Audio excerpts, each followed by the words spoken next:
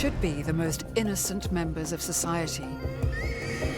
But children can be capable of the most sadistic, premeditated, and brutal murders. They beat him and hit him with a bottle. One of them stabbed Jay straight through the heart. What drives these kids to kill men, women, friends, family? She was determined that her mother had to die. Even their teachers. This was the first occasion upon which a teacher had been killed in class in the course of conducting a lesson. Could they be born evil? He did have a weird, dark sense of humour. He was a little bit different to most of the other kids. He was aggressive, threatening and dangerous. Or are they victims of their environment? There was a lot of gangs, there was a lot of violence, a lot of drug abusers. With exceptional access to real police tapes. The voices are talking to me. You need to make a sacrifice or we're going to come and get you. You need to do it. And interviews with those closest to the victims and the perpetrators. A red mist had simply descended.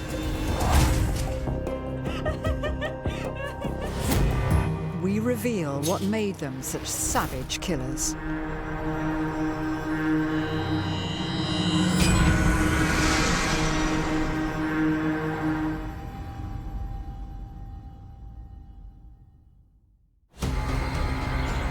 In the summer of 2013, 19-year-old Sean McHugh was found bleeding to death in an alleyway in Liverpool. To just destroy our life. He'd been chased into a laundrette and cornered in the back room. And it was 6.5 minutes of sheer terror. Where he was fatally stabbed by a gang of 5 teenage boys, deemed by the media as baby-faced killers. Now, what exactly happened behind that door, I don't think we'll ever know. Led by their 19-year-old ringleader, some of these boys were as young as 13 years old. In my 26 years, this is the only time that I've dealt with a murder that's involved people charged with a murder under the age of 16. With the CCTV released to the police, the boys were quickly arrested. Even at trial, they appeared totally unfazed by the seriousness of their crime. Their only remorse was that they got caught. What turned these young individuals into a marauding mob out for blood?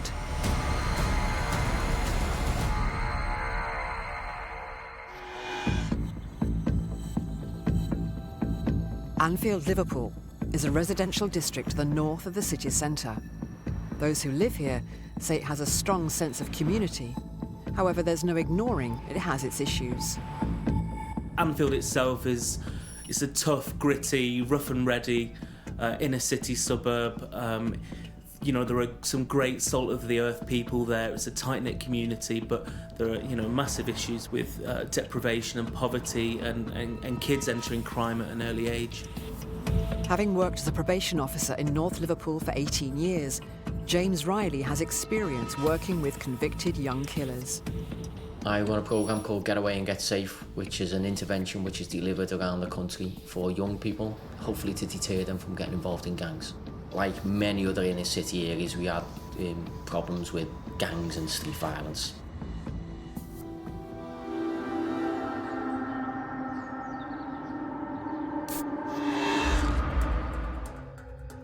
Sean McHugh was a 19-year-old boy from the neighbouring suburb of Walton. With a job as an apprentice bricklayer, he lived with his girlfriend close to Anfield. But on the 30th of September 2013, what should have been a mundane evening for Sean in and around the local area turned into a living nightmare. Sean and his friend Joshua Williams were on Priory Road to do some laundry. He wanted to wash his and his girlfriend's clothes, and they gone to the Liver laundrette to do that. He didn't realise that it probably took 30 to 45 minutes for the wash cycle to take place, so decided to walk with his friend Josh round to the local stores round the corner. Whilst there, he was confronted by or bumped into the lane heads, as they called themselves. They were a group of young kids who were involved in relatively low-level antisocial behaviour. A bit of verbals were exchanged. The group actually basically said to Sean, what were they doing around there? It wasn't his area. Both the lads knew something bad was going to happen, so they ran. The victim ran in to a local laundrette, being pursued by a number of males. He was split up from his friend at the time, who ran in another direction. Sean ran into a back room, but not before he'd handed a phone to a person working there, telling her, call the police. Please says there's like a laundrette on Priory Road. Someone's just run in and locked the doors in the office, and there's someone outside in the shop part. They're kicking the door in. One of the members of the gang even threw down some detergent so that if he tried to get away, he'd slip up and fall over and make him an easier prey. Before they actually began the chase, some of the group went and recovered some weapons from the cinder path, which was very close to the shop. They then took out this antique sword stick, this cane sword, and went back to the laundrette. There was one man in the laundrette who was doing his washing, who later said that he tried to act like he was the manager of the laundrette in the hope that these youths would scarp her. The boys took no notice of him, so that in itself shows an intention. You look at the CCTV, they're running around him, and to his credit, he stays there as long as he can, but I think he must have feared for his own safety and leaves. The police had already been alerted to this point, and the gang knew that, so their mission was all the more urgent: break through that door. As soon as the door had been forced into the staff area, Sean then managed to escape out of the rear of the premises into the alleyway. Members of the gang followed him into the alleyway where, Sean stumbled, fell to the floor, and one member of the group, which member we don't know, used the sword stick and stabbed Sean through his left leg, went in to a depth of approximately 11 centimetres and severed his femoral artery.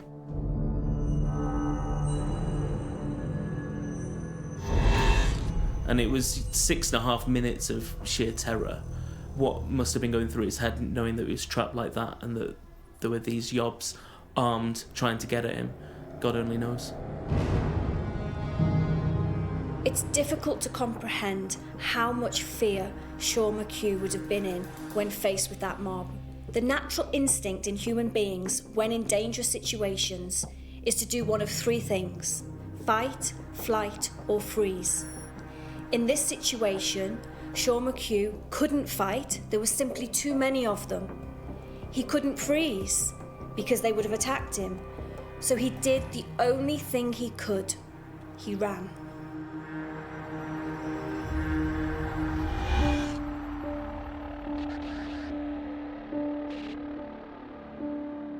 Sean was found bleeding really heavily in the back of the laundrette, and a member of the public tried his best to stem the bleeding.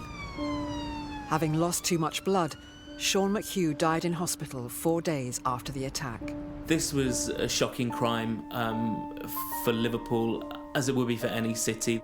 There's no getting away from it that, there are areas in Liverpool which are unsafe, and you can find trouble if you go looking for it, but never do you think that when you go into a laundrette to do your washing that you're about to lose your life. He was someone's son. He was someone's brother. He was someone's best friend. Sean McHugh's tragic murder left his family, girlfriend, and his whole community totally devastated. Sean was very close to his family, especially to his mum Lorraine, lived with his girlfriend Stephanie, again close to his brothers and sisters. Real close-knit, I describe him as a real typical Liverpool family. Really looked up to and respected his mum. Here's his gang here, his little girlfriend. She was 14 when he met. Sean McHugh, nicknamed Shorty, was really popular in his community in Walton. More than 1,000 people turned up at his funeral. He was short, hence his nickname, but full of character. He was into fishing and motorbikes. Everybody liked Sean. That was the thing that came through very quickly through the investigation, that nobody really disliked Sean. There's nothing to dislike about Sean. He wasn't involved in criminality or gangs. Everybody was shocked that this would take place in their community. Despite steering clear of the violence that plagued his local streets, that night Sean had found himself spotted on the Laneheads gang territory. Quite simply, they're called the Laneheads because they congregated and hung round upon the cinder path on Townsend Lane. I wouldn't say they were a notorious gang. They were a group of young kids who were involved in predominantly low-level antisocial behaviour. For some of them, the first ever offence they committed was murder. The Laneheads' head honcho was Rhys O'Shaughnessy, who was Kiefer Dykstra, who was his kind of second in command. He was kind of this big, for his age, teenager who kind of used his size to intimidate others. Then there were the Hewitt cousins, Corey and Andrew, and Joseph McGill. Their fierce rivalry was with the Walton Village Heads, who they nicknamed the Walton Rats.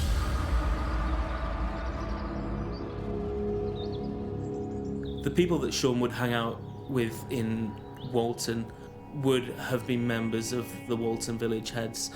They would have known people who were members of the Walton Village Heads.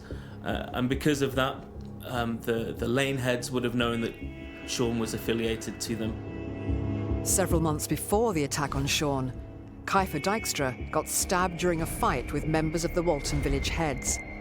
And when the opportunity arose, they'd set out to avenge that stabbing. So when they saw him in Priory Road, given 2.5 months earlier when Kiefer Dykstra had been stabbed in the chest by somebody linked to the Walton Village Heads, that's why he was targeted for reprisal. The only reason he was attacked because he come from Walton, so he was picked on merely because of his postcode. What's critical in this case is that Sean McHugh, unfortunately for him, was in the wrong place at the wrong time. It was not planned. I don't think they saw Sean McHugh as another human being. They saw him as an object. I think they saw him as a symbol of the opposing group from another area, and they were attacking him because of what he represented in their eyes. That one of them had been stabbed by another group in a different geographical area, and they wanted to take revenge. And it didn't really matter that it wasn't Sean McHugh who committed that act of violence. They just wanted to seek revenge to anybody who was different to them, the opposing group to them. What factors in these teenagers' lives turned them into a gang of knife-wielding killers? These were school-age kids killing another kid.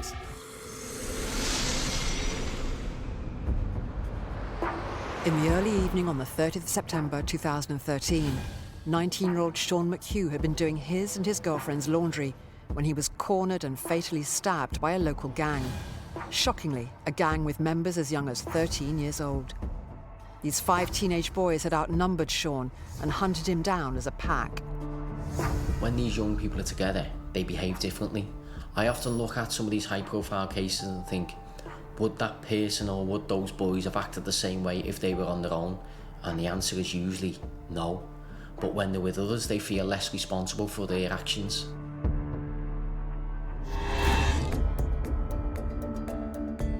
When I examine the CCTV, it's particularly horrifying to watch.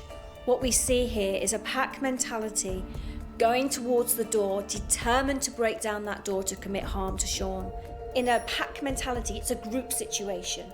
And in that group, the individuals lose their own singular identity and they take on the identity of the group, acting for one thing.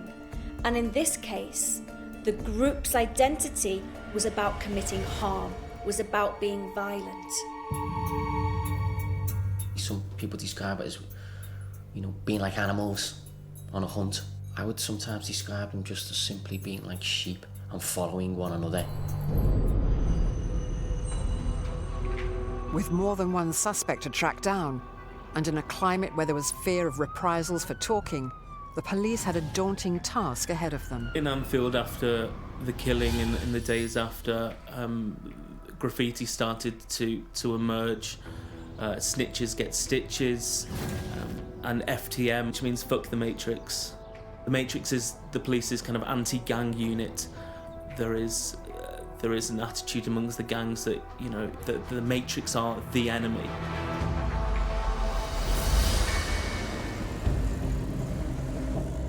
This could have been a notoriously difficult case for police to solve because the gangs wouldn't speak to the police, but these tearaways with their lust for violence were kind of victims of their own downfall. They caught themselves by posting messages on Facebook and sending text messages, you know, just hours after the event. Evidence recovered from the mobile phones of the offenders was crucial. That gave us evidence to show their involvement and knowledge of what happened to Sean. There was derogatory comments about R.I.P. Shorty, always knew you were a pussy. These messages were whizzing through the ether saying things like, watch out, you might see something that we've done on Priory in the paper tomorrow, or he's only got 3 days to live. We need to look here at the activity of the boys on Facebook after the incident. They were bragging about what happened, how long it would take him to bleed to death, etc.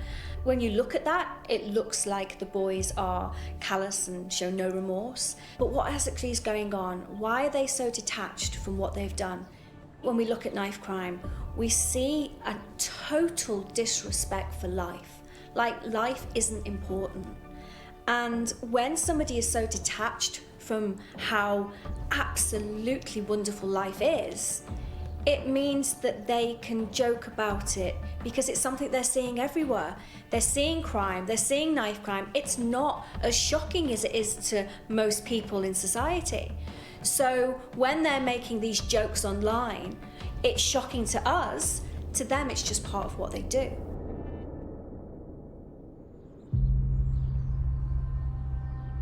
After their gloating on social media and having been identified on the CCTV, the police were able to quickly arrest the members of the Lanehead gang. And it soon came to light that these teens were local troublemakers. The leader of the gang was Rhys O'Shaughnessy. He was 19 years of age. He was almost this Pied Piper who kind of led this merry band of marauding yobs who were aged as young as 13, you know, in Anfield along Priory Road. They would do his bidding.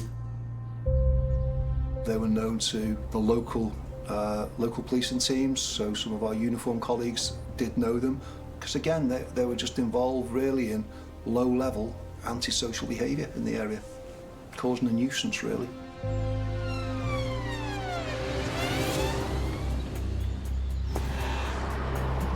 These were kids with real issues. They were kind of in and out of school.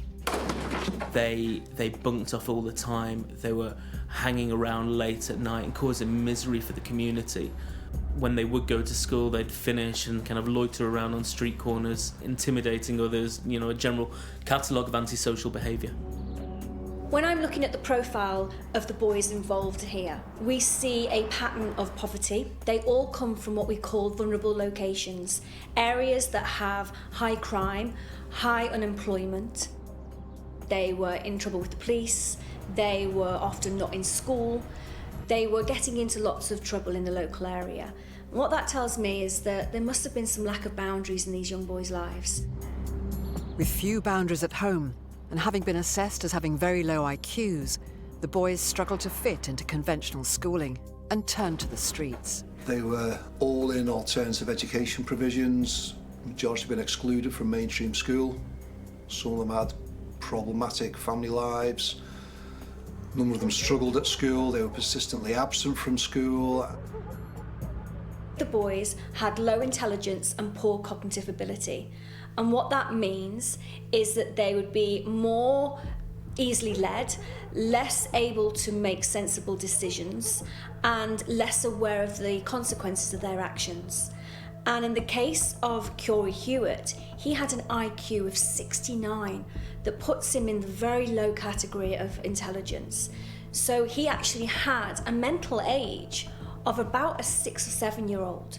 So for him to understand the consequences of what he's doing is really difficult. He's in a situation where he's going along with the group activity and he has this low IQ and he almost isn't aware of the consequences of what he is about to do. What led these 4 young teenagers to follow and look up to a 19-year-old and become part of his gang? They entered gangs as a way to belong to a kind of fraternity. They weren't necessarily involved in drug dealing. It was being part of a gang, sticking up for your turf and, dispensing violence and threats on people from rival gangs who had come onto your territory.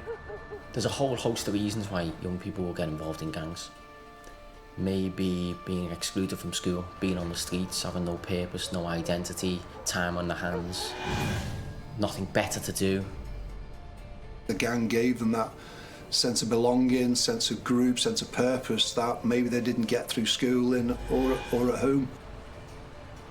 Some of these young people just simply lacked a positive male role model. Sadly, they found that role model on the streets, someone they thought was a friend, someone they thought cared about them, but actually they're just about to be used.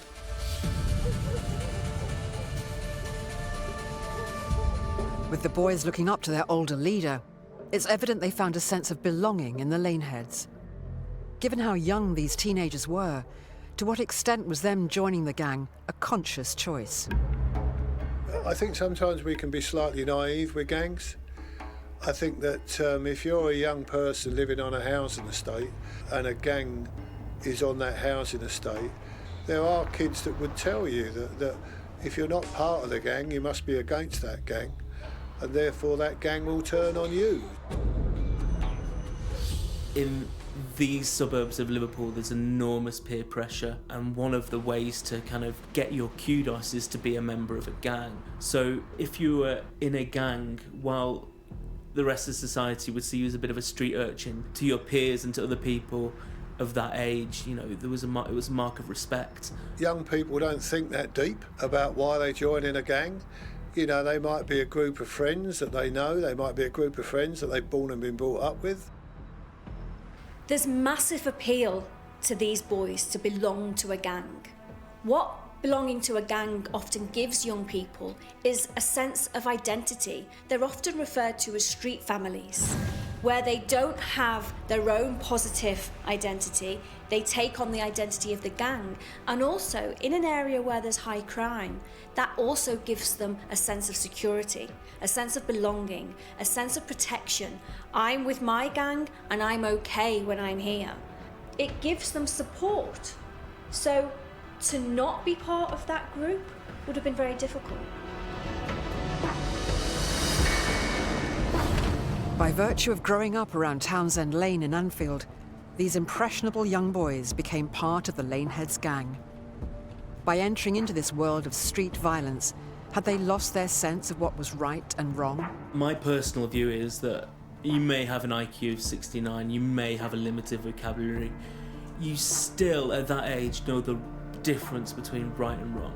You still know the difference between getting a weapon, chasing somebody and stabbing them and killing them, to not doing that at all.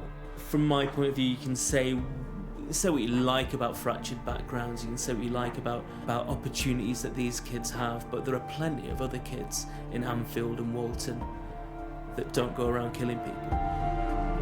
Since the police were unable to determine who had delivered the fatal blow, would the whole group go down for murder?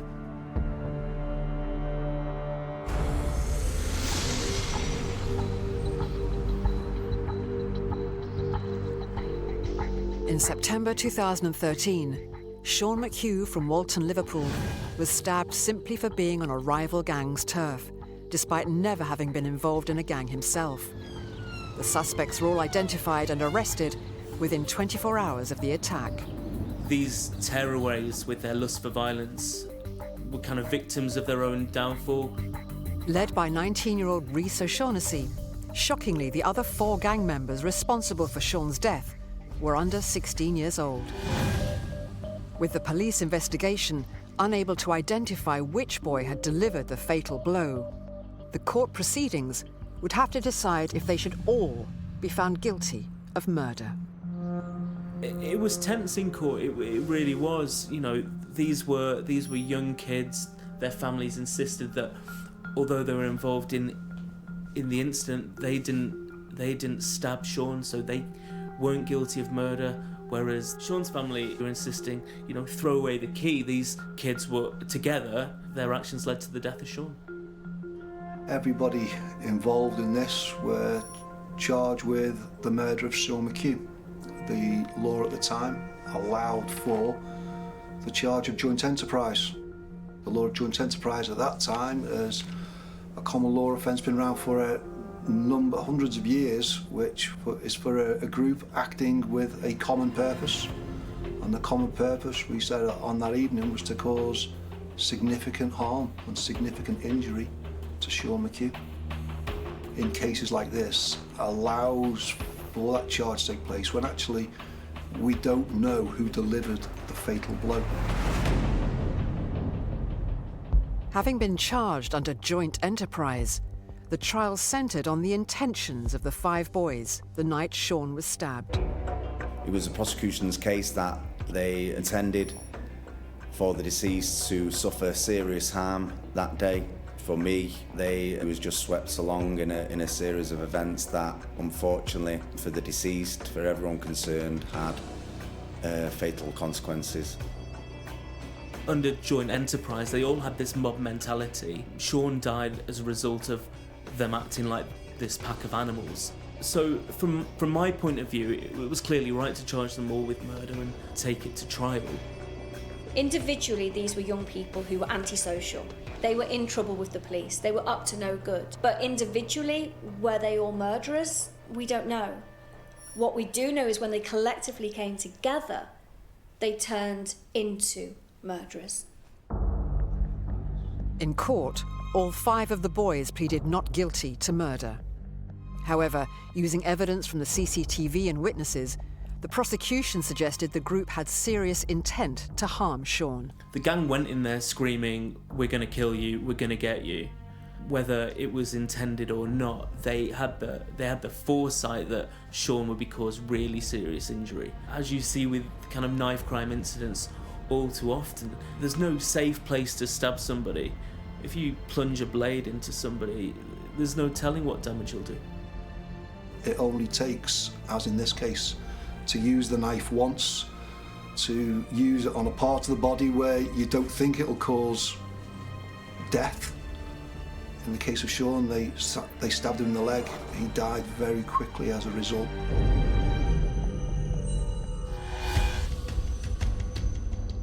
The moment that they all knew that at least 2 of their members were armed, that was when in fact joint enterprise came in. It didn't matter who actually delivered the fatal injury. The whole group, as a collective, knew there was knives present.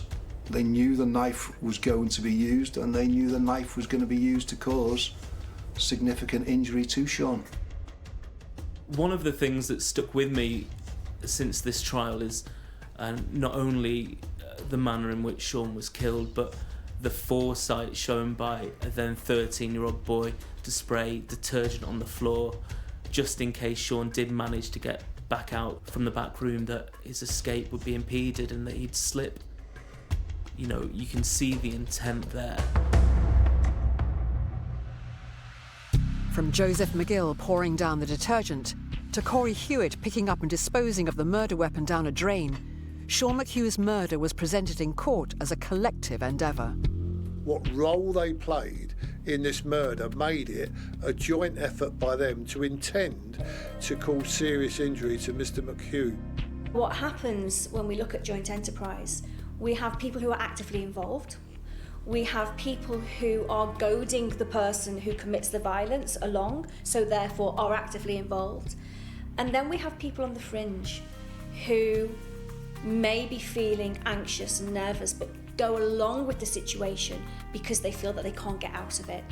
So within joint enterprise, it's always a hierarchy of who has committed the most serious aspect of the incident.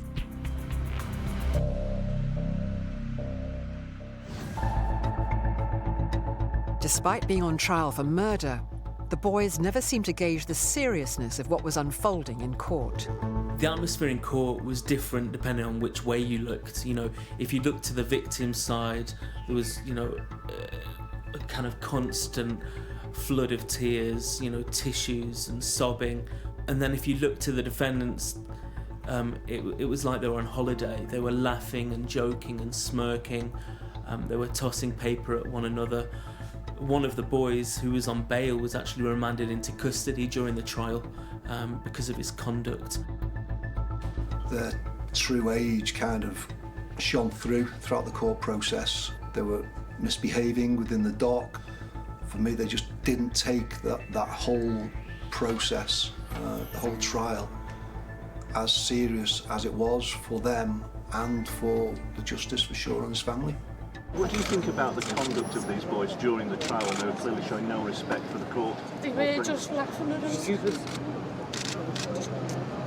Smirking all the time and wouldn't give up. Had to leave the cause. There were kind of almost constant warnings from the judge telling these boys to behave, and they would for a little bit, but then they would get distracted. One would laugh, which would set off the other. And it got to a point where Judge Goldstone just thought, well, you know, the jury can see this, they can see how you're acting, so we're just going to carry on. You know, behave as you will, we've got a trial to crack on with. With all of the boys being so young, and 3 of them suffering from ADHD, sitting together in the dock proved problematic. One of the boys who suffered from ADHD was 14-year-old Kiefer Dijkstra. The more that I dealt with Kiefer, that I realised just how severe that condition was in his case. His concentration clearly went out the window. He would make inappropriate remarks at inappropriate times. I would not deem it as behaviour that you would not expect outside the classroom. It was obviously young boys put in a very adult situation. Looking at their behaviour, is it disrespectful? Yes. Is it a sign of how antisocial they are? Yes. But I also think it shows how they've got absolutely no respect for the law, and that's something we see in cases like this. They've got no respect for authorities. But then I think we also have to consider some of the factors involved here. We know at least 3 of them have got ADHD.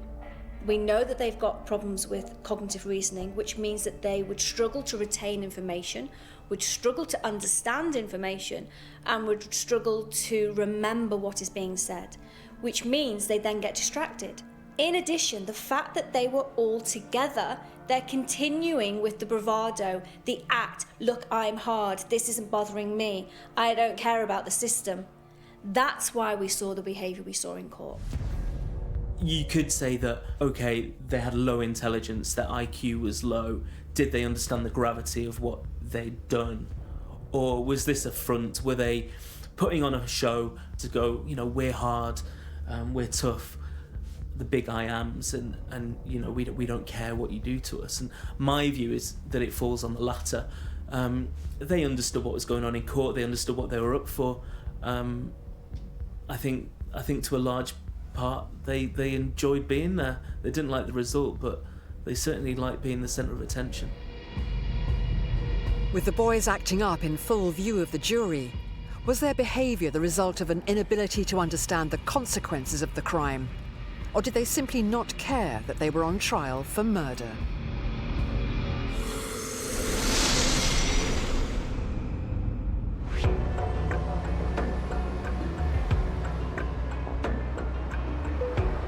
On the 30th of September 2013, a gang of teenagers from Anfield killed 19-year-old Sean McHugh from the neighbouring suburb of Walton.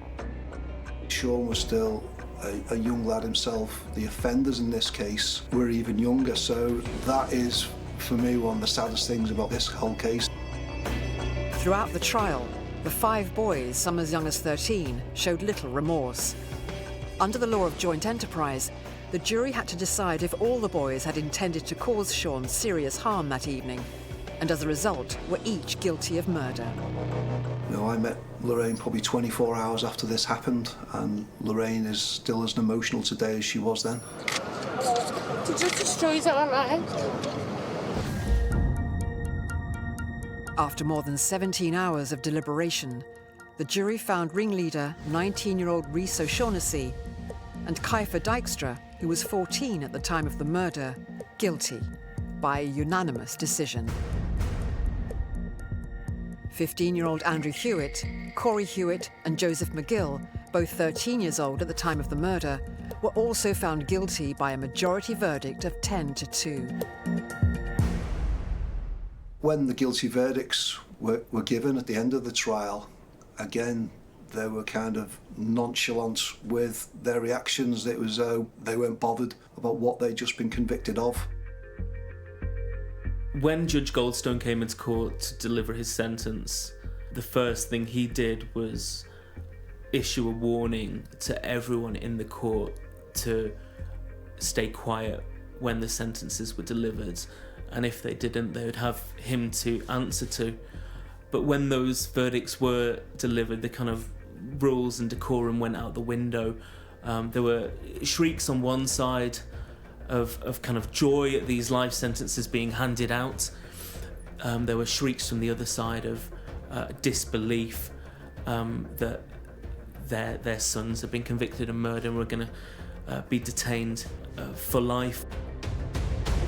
A sentence of that magnitude is a lot for an adult to take in, let alone a child. The judge sentenced on the basis that Rhys O'Shaughnessy plunged the cane sword into Sean's leg. He had never admitted it, but the evidence of another of the boys implicated him. It was the perfect way of bringing this gang to justice. This was a way of saying, hang on, if you're going to associate in these gangs and you're going to do things like this, then if somebody dies, you're all going to go down. In total, the 5 people convicted of Sean's murder received 53 years in prison. The shortest sentence was 6 years, and the longest sentence of 18 years was given to the oldest member of the group. For me, justice was served with the guilty verdict of the 5 people. That brought some closure for Lorraine and the family. I'm just glad we got justice for Sean. So I wanted them to thank everybody for what they've done for us. Sean's family were so torn up by his killing that no sentence that could have been handed out by the court would ever give them true closure. You know, they were happy that they were given life sentences. They were happy that they were all convicted of murder under joint enterprise. You know, it was a justice of sorts, but as the judge said, the real life sentence will always hang over the McHugh family. They're the one whose son's never coming back. The judge said in all of these boys' lives there was a lack of structure. And absolutely I can see that in looking at the cases. They didn't have boundaries. They didn't have that they needed to be home and doing their homework and attending school. And when you have children without boundaries, that is a recipe for disaster. 2 of the most important things I see are the importance of attachment and the importance of boundaries. And if a child hasn't got that, they're led to their own devices. And on the streets of an area that's got a high crime rate, they're going to be attracted to antisocial behaviour. In the judge's summing up of the case, he concluded that it spoke volumes for the advantages of a structured lifestyle. And with all the boys having displayed very little regret, would the structure of prison yield any change? I don't know if time will change them. I really don't. During the trial, could I say that any of them had shown an ounce of remorse? No. Obviously, have served a hefty chunk of time in prison. They will have had to undergo rehabilitation programs, but the truth is, we'll only know when they get out. We'll only know when they get out. At the time of the offence took place, I don't think they regretted it. Throughout the trial, I don't think they took it seriously, and I don't think they regretted it then. But I think as time has passed and they've had time to really reflect, grow up and be educated further within the prison establishments, that has helped them come to understand the consequence of their actions and actually regret what they did on that night. But I do have genuine belief in the prison system will help them rehabilitate themselves if they want to be rehabilitated. So yeah, I do feel that there is opportunities for all of them to rehabilitate. I do hope that there are a chance for them in the future. When we look at them and we look at what they did and where they come from, actually, a young offenders institution could offer them, particularly the younger ones, more stability, more boundaries, more hope, more structure than they've ever had before. So they could end up having an education and turning their life around. Rehabilitation, however, will be harder for the older offender. He will be going to an adult prison, and depending on what therapy or treatment program is available to him, he will struggle to change his behaviour more because he's older and his behaviour is more ingrained. In the judge's sentencing remarks, he described the boys' involvement with knives as part of their way of life. Had they never been drawn into street violence, Sean would still be alive, and it is a problem that continues today. I think if you fast forward to now, the UK is gripped by a knife crime epidemic. This is 6 years later and there are still kids walking around with knives. They're not afraid to use them. They say they have them for protection. It's not a defence. So you look back at 6 years ago and you go, well, how much has really changed? The answer's not a lot. Has the problem got worse? Probably. We need to completely rethink our outlook to knife crime. We should have learnt more, really, from what happened to Sean. We should have got tougher then, and we really need to get tougher now. People do not think of the consequences of arming themselves with a knife. If you take a knife out, you are more likely to use a knife. On this occasion, they arm themselves with a knife with the intention to use it without thinking of the actual fatal consequences of what happened to Sean. With the problem of knife crime deemed to be endemic in the UK, how could Sean's murder have been prevented? And what can be done to stop young people being drawn into this way of life? Young people are carrying knives nowadays because they think many other young people are carrying knives. There's a very small minority of people carrying knives, that's been proven. Young people should never be in a position where they think carrying a weapon, any weapon at all, makes them safer. Because in a moment of madness, they could use that weapon. And lives will be changed forever. If you don't give someone hope, and if you can't make life exciting, give them exciting opportunities, they have less choices. And I think that's our problem with young people. These boys were living a life with no hope, with no opportunity. Their life was the streets. And because they had no hope, that led to them having little respect for life. Because what is life? Life wasn't giving them anything.